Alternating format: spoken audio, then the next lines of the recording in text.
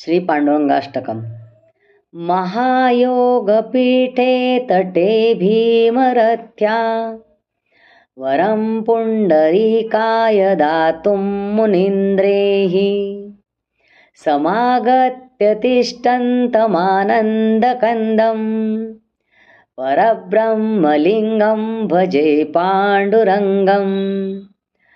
तडिद्वासनन्नीलमेघावभासन् रमामन्दिरौ सुन्दरौ चित्रकाशम् वरन्त्विष्टिकायां समन्यस्तपादं परब्रह्मलिङ्गं भजे पाण्डुरङ्गम्।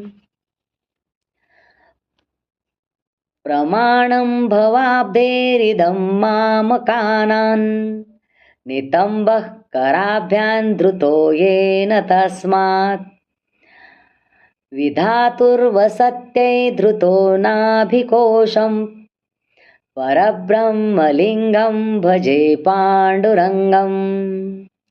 स्फुरत्कौस्तुभालकृतं कण्ठदेशे श्रियाजुष्टकेयूरकं श्रीनिवासम् शिवं शान्त्यमीड्यं वरल्लोकपालं परब्रह्मलिङ्गं भजे पाण्डुरङ्गम्।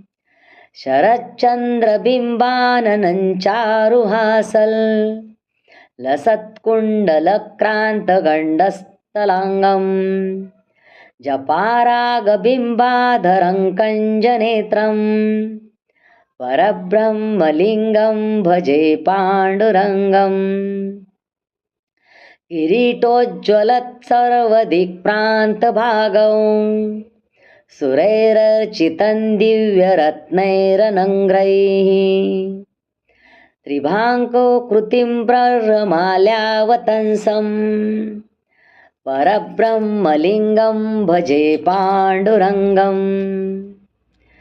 विभुं वेणुनादं चरन्तं दुरन्तं स्वलल्लीलया गोपवेशं दधानं गवावृन्दकानन्दनं चारुहासं परब्रह्मलिङ्गं भजे पाण्डुरङ्गम्।